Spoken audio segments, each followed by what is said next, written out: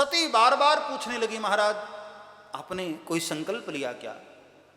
भोलेनाथ ने सोचा कि यदि मैं सती को बता दूं तो बेचारी अभी से दुखी हो जाएगी, इसलिए जिस सत्य के कारण सामने वाले को दुख लगे ऐसा सत्य भी नहीं बोलना चाहिए। रामायण ऐसा कहती है, सत्य भी बोलो तो प्रिय बोलना चाहिए।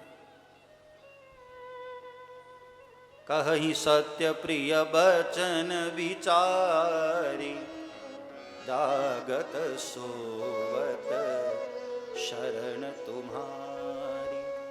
सत्य बोलो, प्रिय बोलो। मनु महाराज ने भी कहा, सत्यम ब्रूयात प्रियम ब्रूयात, न ब्रूयात सत्यम प्रियम। कड़वा सच नहीं बोलना चाहिए भाई, सत्य भी बोलो ना तो जो मीठा हो। अब कई लोग कहते हैं महाराज सत्य तो कड़वा होता ही है। अरे तूने बोलने का ठेका लिया है क्या? कड़वा है तो मत बोलो, मौन रहो। ऐसा सत्य कभी मत बोलो जो सामने वाले के दिल पर चोट करे। वाणी ऐसी हो कि तुम्हें भी आनंद हो और सुनने वाले को भी आनंद हो। कठोर वाणी नहीं, कर्कश वाणी नहीं। कहते हैं जीभ पर कोई चोट लग जाए ना तो बहुत जल्द ठीक हो जाती है। जीभ में ऐसा रसायन होता है कुछ, जल्दी ठीक हो जाती है। लेकिन इस जीभ से किसी को चोट लग जाए ना, वो जीवन भर ठीक नहीं होता है। महाभारत में द्रौपदी ने दुर्योधन को कहा ना कि अंधों के अंधे ही होते हैं क्या? एक इसी कड़वे वाक्य ने पूरे महाभारत का आयोजन रच दिया। एक इसी कड़वे वाक्य ने। कभी कभी हमारी बोली हुई वाणी सामने वाले को ऐसे चुभ जाती है कि जीवन पर्यंत वो यादगार हो जाती है। वाणी को बहुत संभाल कर प्रयोग करो साहब। इसलिए देखो भगवान ने जीभ को ना बहुत अंदर रखा है, दो दो ताले में रखा है। जीभ के लिए दो दो दरवाजे हैं। पहले दांत का एक लॉक दिया भगवान ने, बाद में होठों का लॉक दिया है। दो लॉक के अंदर में जीभ है। इसलिए परमात्मा ने मानो इशारा किया है कि भाई ये जीभ है ना, इसको बहुत संभाल कर प्रयोग करना चाहिए।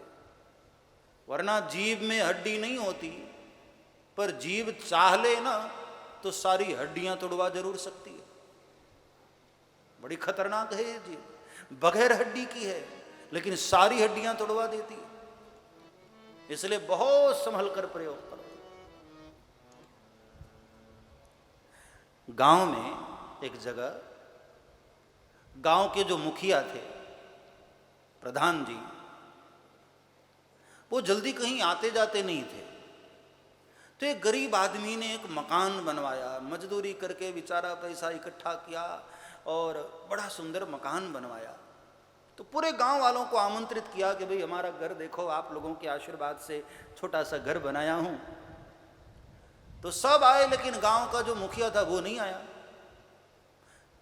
तो उस गरीब आदमी ने उसको भी जाकर बुलाया, बहुत मिन्नतें की, प्रार्थना की कि मुखिया साहब आप भी पधारिए ना। तो कहा कि चलो आता हूं शाम तक। गांव का हर व्यक्ति आया था, सब ने बड़ी तारीफें की कि भैया बहुत भगवान की कृपा है तुम पर, बहुत अच्छा घर बनाए हो, ऐसे ही आगे बढ़ो, उन्नति करो। सब आशीर्वाद दे रहे थे। गांव का जो मुखिया था वो बड़ी मिन्नतों के बाद आया। आकर के पूरे घर में चक्कर लगाया, ऊपर भी गया, बगल के कमरे में भी गया, सब जगह गया, कुछ बोल नहीं रहा था। वो गरीब आदमी उसके पीछे पीछे जा रहा है। आप तो बड़े आदमी हैं साहब, बड़े पैसे वाले हैं, आप लोगों के सामने मैं तो बहुत तुच्छ हूँ, लेकिन आपके आशीर्वाद से मैंने घर बनाया, तो ये घर ठीक है ना, कहीं कोई कमी तो नहीं है? तो वो गांव का जो मुखिया है, पूरे घर में घूमने के बाद जब आंगन में आया तो चलते चलते उसको बुलाकर कहा, इधर आ, मकान तो तेरा सुंदर है, लेकिन मुझे लगता है तेरा आंगन जरा छोटा पड़ेगा। मतलब मतलब ये कि मान लो तेरे घर में कोई मर गया, रोने वाले इकट्ठे हुए, तो बिठाएगा कहां? उस आदमी को बड़ा बुरा लगा कि अभी तो घर में श्री गणेश भी नहीं हुआ, वास्तु पूजन भी नहीं हुआ है, उसको मरने का प्रसंग पहले याद आ रहा है। कई लोग समाज में ऐसे होते, कड़वा ही बोलते, जब भी बोलेंगे जहर ही बोलेंगे। इसलिए रामायण कहती है सत्य भी बोलो तो प्रिय, कड़वा यदि है तो मौन रह लो, छुपा लो, लेकिन कड़वा सत्य नहीं बोलना चाहिए। इसलिए भोलेनाथ ने सती को बताया नहीं। भोलेनाथ ने कहा कि देवी ये देवता लोग हैं, कभी भी फूल बरसा देते हैं, चलो हम चलते हैं कैलाश। और भोलेनाथ वहां से उठे, चले कैलाश की ओर। फिर भोलेनाथ ने सोचा कि रास्ते में फिर मुझे परेशान करेगी कि महाराज वो देवताओं ने क्यों फूल बरसाया, आपने क्या संकल्प लिया, तो चलो इसको बोलने का मौका ही न दो। और भोलेनाथ कथा का वर्णन करते हुए बाबा तुलसी मानस में कहते हैं, बरनत पंथ विविध इतिहास विश्वनाथ पहुँचे कैलाश। बरनत पंथ विविध इतिहास विश्वनाथ पहुँचे कैलाश। बरनत पंथ विविध इतिहास विश्वनाथ पहुँचे कैलाश। बरनत इतिहास विश्वनाथ पहुँचे कैलाश।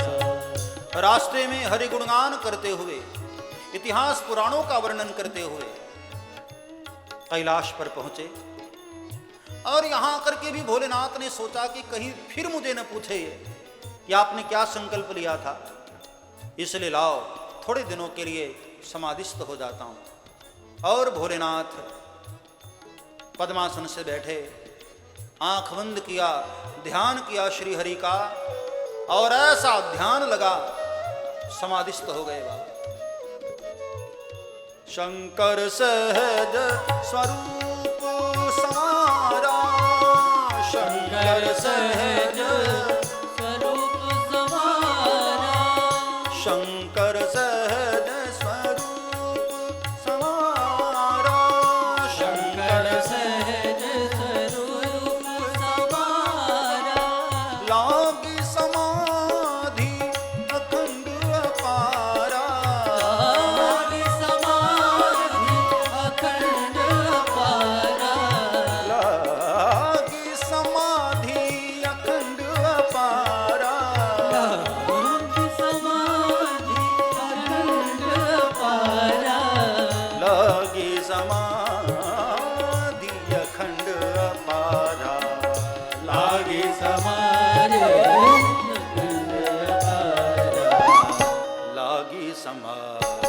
अखंड अपारा।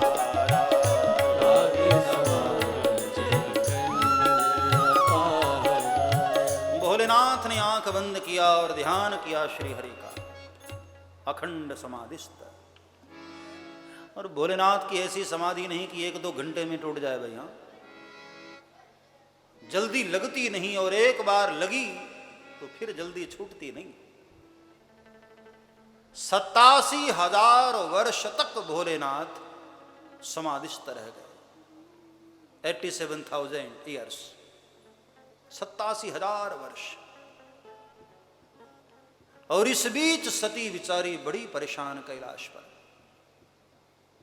देखो शिवजी ने बताया नहीं, लेकिन इस शिव के व्यवहार ने सती को सब कुछ बता दिया। कई बार हमें कहना नहीं पड़ता, हमारा व्यवहार बहुत कुछ बता देता है। कौन कहता है चेहरे को जुबान नहीं होती? ये हमारा चेहरा है ना, बहुत कुछ बता देता है।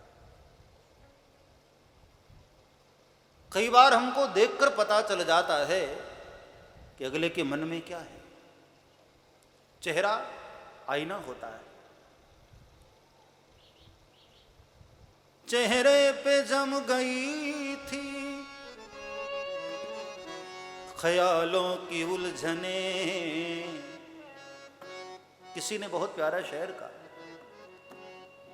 चेहरे पे जम गई थी ख्यालों की उलझने, लफ्जों की जुस्तजू में कोई बोलता न था, लफ्जों की जुस्तजू में कोई बोलता न था। हम जिस तरफ चले थे उधर रास्ता न था, पत्थर सुलग रहे थे कोई नक्शे पान था। चेहरे पे जम गई थी ख्यालों की उलझने। हमारे दिल में क्या होता है वो हमारा चेहरा बयां कर देता है। शिव जी ने बताया नहीं, शिव के व्यवहार ने बहुत कुछ बता दिया। सती को पता लग गया, भोलेनाथ हमसे रूठ गए, भोलेनाथ हमसे नाराज हो गए। और तब सती कैलाश पर बहुत पछताती रहती है, रोती रहती है और भगवान को प्रार्थना करती रहती है कि मालिक मेरे भोलेनाथ फिर से प्रसन्न हो जाए। सब्सक्राइब करें श्री चिन्मयानंद बापू जी के YouTube चैनल को और हमारे वीडियोस को सबसे पहले देखने के लिए बेल आइकॉन को दबाना न भूलें।